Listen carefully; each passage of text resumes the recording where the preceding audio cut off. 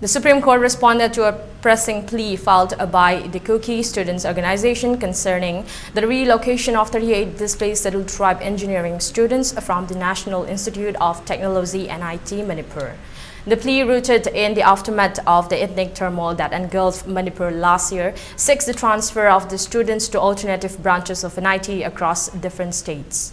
The bench, presided over by Chief Justice of India D.Y. Chandrachud alongside Justices J.B. Pardiwala and Manoj Mishra, took cognizance of the urgency surrounding the matter. Acknowledging the severity of the situation, Chief Justice Chandrachud remarked, "We will issue notice and keep it as an earlier date, signaling a proactive approach by the judiciary in addressing the students' plight."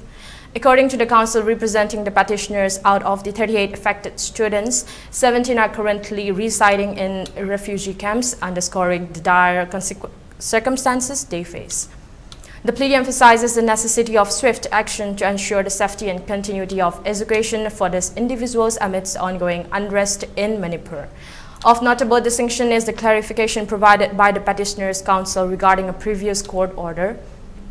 The bench was apprised that a prior directive pertaining to the relocation of 284 students solely encompassed those enrolled at Manipur University, thereby necessitating specific attention to the plight of NIT students.